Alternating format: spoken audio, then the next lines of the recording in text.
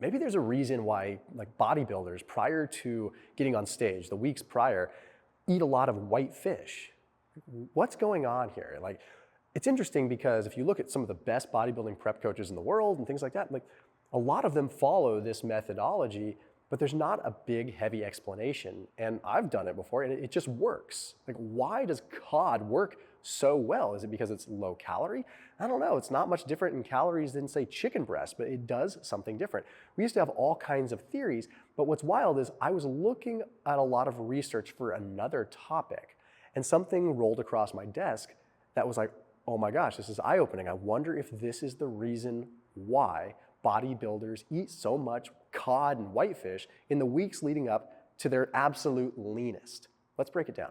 I popped a link down below for House of Macadamias. If you've ever had macadamia nuts, you know they're delicious, but this is like another level, like legit. Okay, these are grown in South Africa, which is the epicenter for macadamia nut production, and then they're packaged and everything less than an hour's drive from the farms. They work with all the local farmers there and what's called the World Macadamia Organization, the WMO. So really like a legit operation that helps the farmers, helps keep this sustainable. The cool thing is that they harvest so much of the world's macadamia nut production. People don't realize so much of it happens there.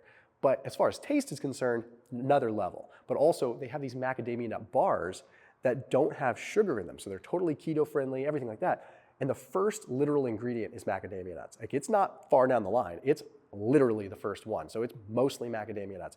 So 20% off discount link using that link right on the top line of the description below this video. So check them out after this vid. Oh, and I almost forgot a free 20-ounce bottle of fresh cold pressed macadamia nut oil. We're talking nice omega-7, low omega-6, higher omega-3 macadamia nut oil. Literally free as long as you're using that link down below and using that 20% off discount link to buy something else through House of Macadamia.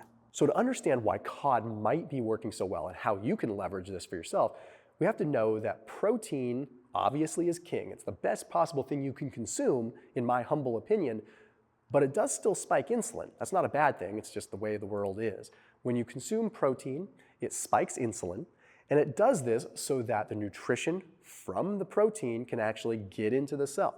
If we did not spike insulin when we consume protein, the amino acids would never go anywhere. They'd just float through the bloodstream and get urinated out. So we have to have an insulin spike, but it's usually countered with glucagon. So what that means is that even though insulin spikes, glucagon comes to the rescue and prevents blood sugar from spiking sky high. Even though you're gonna have a little bit of a blood sugar spike with protein, it's usually not much, right? It's not gonna be extreme. But what makes cod different? Well, we're starting to see that with cod, even compared to proteins like casein protein, which digests very slow, there is very, very minimal insulin spike. Now I'm gonna explain a little bit more because there's a study published in European Journal of Nutrition that opened my eyes to this. They compared cod protein, straight cod, to casein protein. Okay, casein protein is like the slower digesting protein in milk.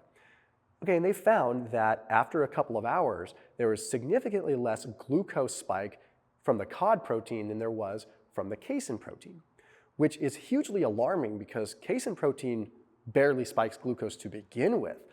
Cod was even better. What does this have to do with a bodybuilder? Well, insulin will stop fat loss, okay, temporarily. Insulin's not bad. Okay, but insulin will stop fat loss for a short period of time. So if you're getting down to the final stages, trying to get as lean as you can, you bet your bottom dollar that these little fragments of insulin, it probably counts when you're single-digit body fat, right? So in the case of like trying to get very, very lean, when you switch over to cod and you have less of an insulin spike, you have less of an encumbrance on fat burning because you have more ability for lipolysis to occur. So in very simple terms, what this means is that if you eat protein, and protein is beneficial, but protein does spike insulin, and you have, let's just call it a random number, a 20% hindrance of your fat burning capabilities, that 20% adds up eventually. But if you eat cod and you only have a 10% interference of your fat burning, this hypothetical, that's a huge difference, right? That's a huge improvement. You may not notice it if you're largely overweight and you're just trying to lose a lot of weight, but if you're already lean and you're trying to get leaner, you bet your bottom dollar that that extra 10%, hypothetically, is going to help you. So again, we don't know that this is the case. We don't know why this is why bodybuilders do this, but it seems to be sort of the norm. Okay, I've done it before, and yeah, it helps me get very, very lean. It's not always sustainable because who wants to eat white fish like every day? So what's a practical application for this if you're not a bodybuilder or you're not trying to get to single-digit body fat? Well, there's great ways to leverage low insulin, okay? The best ways to leverage low insulin, in my opinion, are going to be at night. Okay, the last time you want to have a big insulin spike is at night. Little bits here and there are fine to help you sleep, whatever. But if you're going to eat a nice big dinner and get a lot of protein, it might not be a bad idea to eat something like cod that's not going to spike your insulin. That way, you get back into fat-burning mode faster. Here's a very colloquial way of putting it that might be like semi-incorrect as far as like legit evidence-based science goes, but for the sake of discussion, here it is. If this is your insulin spike, when you're here at the top of your insulin spike, you're at the maximum fat-burning hindrance, okay? As that insulin comes down, you have fat burning starting to come back up. So when insulin's high, fat burning is low. When insulin's low, fat burning is high. It's always kind of happening together, but that's a general basis, right? Well, if you have less of an insulin spike, you come down faster, which means you're gonna get into fat burning mode faster. So let's say you sit down at 6 p.m. and you eat dinner and you have a big insulin spike, you're not getting into fat burning mode for maybe a couple hours. But if you have a low insulin spike and you're eating something like white fish or cod that has very little insulin impact, you're gonna be in that fat burning mode hypothetically, maybe in 30 minutes or an hour, much faster. So then you're getting free fat burning because you're getting fat burning while you're sleeping. This has been a lot of theory based upon some research that's there. It's just my concepts, but it does work anecdotally with myself and lots of others. But maybe this is the reason why. I'll see you tomorrow.